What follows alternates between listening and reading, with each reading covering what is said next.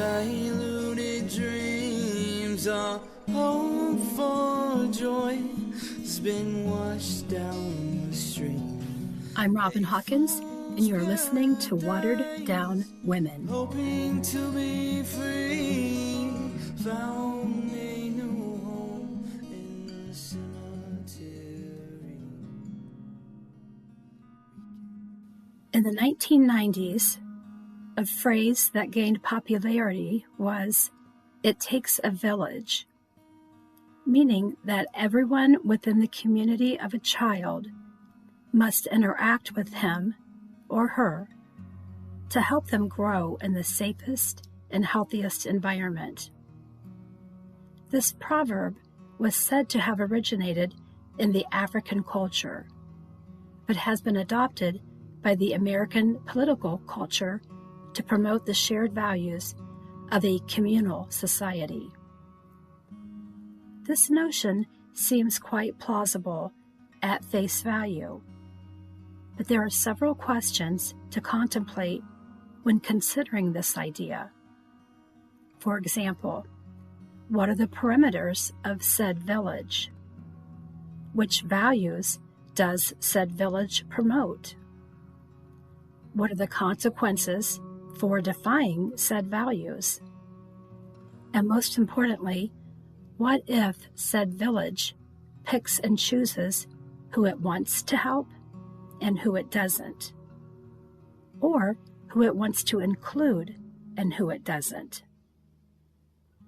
The Richland County, Ohio of 1949 seemed to be quite uncertain as to who it considered to be included within its collective village and who was not included.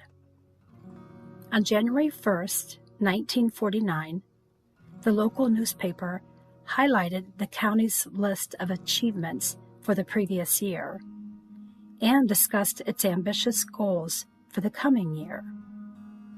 At the pinnacle of its accomplishments was the building of an $800,000 TB sanatorium located on Mansfield's southeast side and set to open in September of 1949.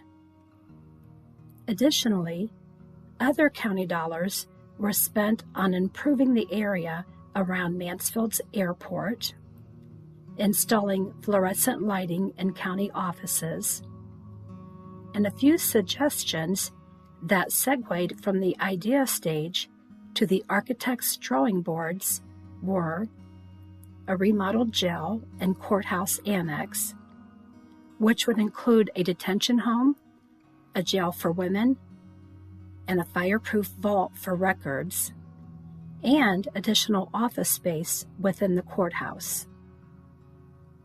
At the city level, in Mansfield, the Richland County seat, council members rolled up their collective sleeves and hashed out a budget that included $440,000 for the Clear Fork Dam and Reservoir project, $216,000 to extend water lines to the Cook Road area, $60,000 for a fire station in the Boulevards area, $17,000 for the addition of a plush new municipal courtroom, and the purchase of 18 new city vehicles.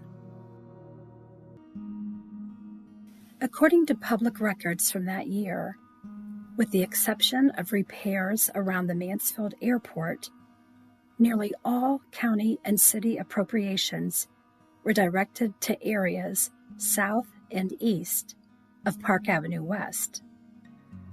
But interestingly enough, it was the following health records that really grabbed my attention. In May of 1946, then Richland County Health Commissioner Dr. W.B. Wild shared, and I'm quoting, "Tuberculosis in 1925 was in 6th place as the killer in Mansfield and Richland County. But last year, it dropped to 8th place and entirely out of the picture in Richland County," unquote. He went on to attribute improved medical care and immunization as contributing factors in controlling the disease. These findings indicate that tuberculosis deaths were non-existent in 1945. But in 1948, Health Commissioner Harry Wayne reported that Richland County saw 18 TB-related deaths in 1947. Quite a drastic jump in just 2 years. However, while spending several hours researching these statistics, I found a November 28, 1947 newspaper article in which then City County Health Commissioner Dr. Fred O. Tawney reported, and I'm quoting again, 8 persons have died of TB thus far in 1947.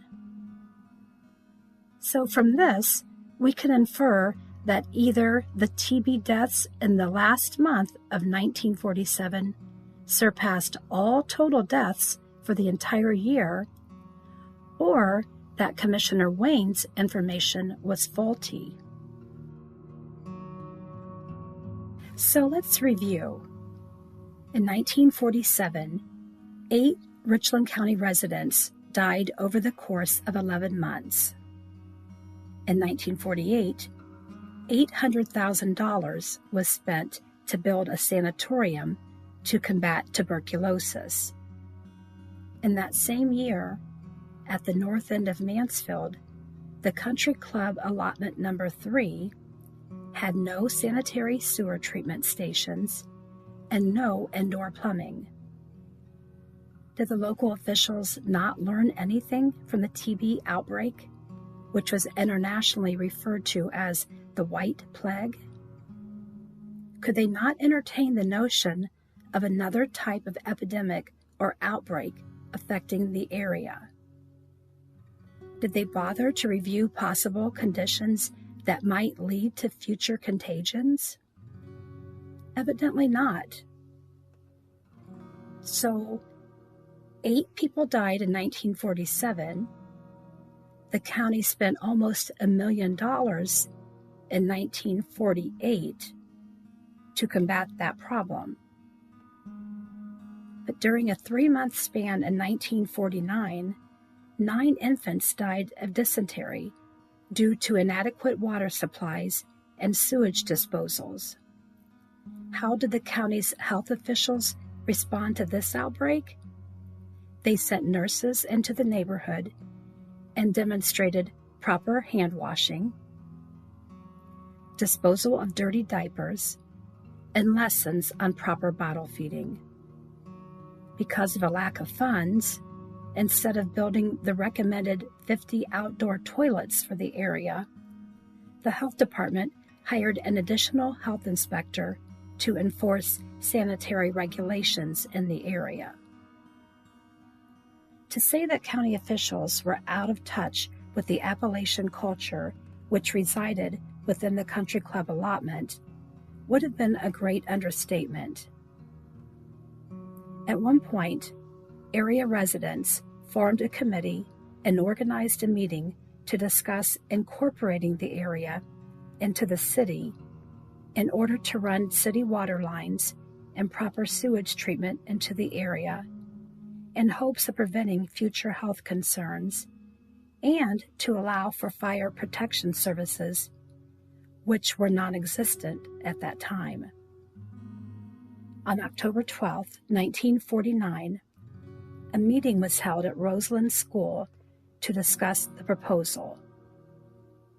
Over 500 people attended the meeting, most of whom were vehemently opposed to the plan.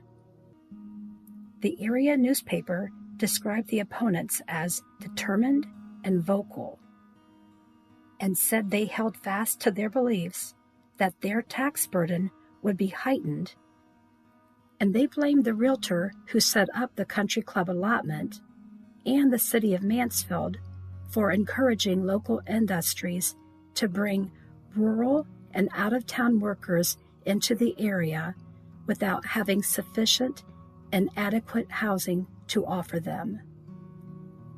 The health commissioner stressed to the attendees that the area was endangered by unsanitary conditions that could eventually affect the entire county, but the dissidents were unmoved.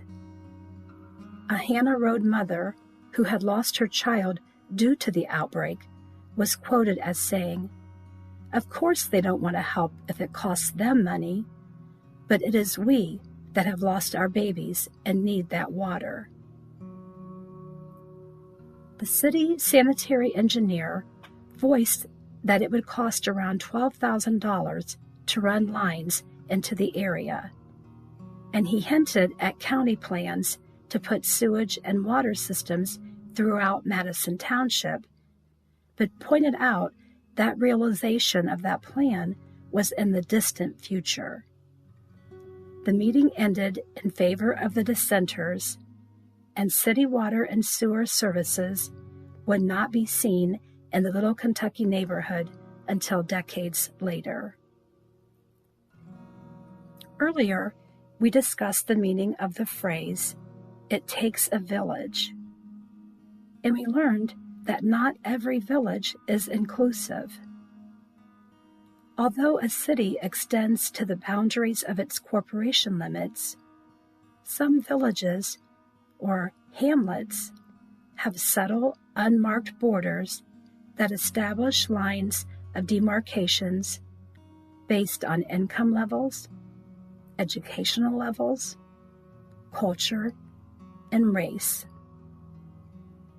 Fortunately for the young people of Little Kentucky, some non-area residents felt the pain of those who lived in the impoverished neighborhood, and they heeded the words of Scripture regarding the command to bear one another's burdens and to put on the garments of kindness and compassion.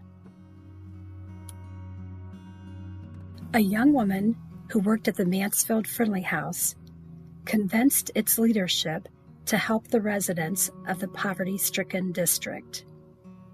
Director Russell Gimbel and co-director, his wife Mary, who were affectionately known as Mr. and Mrs. Friendly House, were instrumental in the gifting and establishment of a Hannah Road area playground, and they also convinced the Kiwanis Club to finance the drilling of 2 wells in the Little Kentucky area.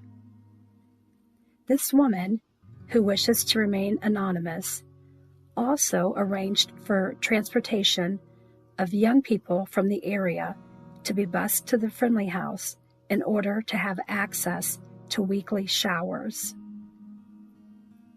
During that same time period, a teacher at John Sherman Junior High School, who also wishes to remain anonymous, arranged for the school's locker rooms and showers to be available before and after school to allow students access to proper hygiene. She also encouraged other teachers to join her in donating soap, shampoo, and other personal care items for the students and their families. As moms, we possess the ability to convince our children that our kisses can heal their boo-boos and mend their broken hearts. But there is no amount of kisses or tears that can bring them back to life. It did take a village to survive that summer of sorrow. The lack of support from the community and elected officials only strengthened the resolve of the Little Kentucky families. What they lacked in financial resources and education, they made up for with grit and determination. Neighbors helped neighbors to build outhouses, carry water from the local wells, and to build on to their cramped and overcrowded houses. When sickness or death visited a family, local folks brought food and collected money to help with burial expenses. Back then, we knew and trusted our neighbors. We didn't lock our doors, and if for some reason we did, our neighbors had a spare key. Our house, which originated as a chicken coop, became the first house on the road to have indoor plumbing because my grandpa put in a well and septic system. At that 1949 meeting, when the sanitary engineer said that extending water and sewer plans would be in the future, he was absolutely right, because our house wasn't connected to city services until 1978. I'd like to say that the little Kentucky neighborhood has greatly improved, and for the most part, it has. But more generations will have to pass before Mansfield's North End isn't automatically equated with its Appalachian origins. As for the descendants of those hillbilly migrants who made their way north in search of a better life, we're doing just fine. And if you're curious about those 9 families who lost their children, those 9 women, those 9 mothers who buried their babies, how did they survive that summer of sorrow? My grandma, Sarah Adkins, and those other 8 women became their own village, a village of survivors, a village of strong women who endured their own heartbreak and braved their own grief in order to raise and care for their remaining children. Watered down women with diluted dreams, our hope for joy has been washed down the stream. Grab a shovel and join me each Monday as we dig a little deeper and uncover the tragedies of watered down women. In the cemetery, weekend in life, while searching for love.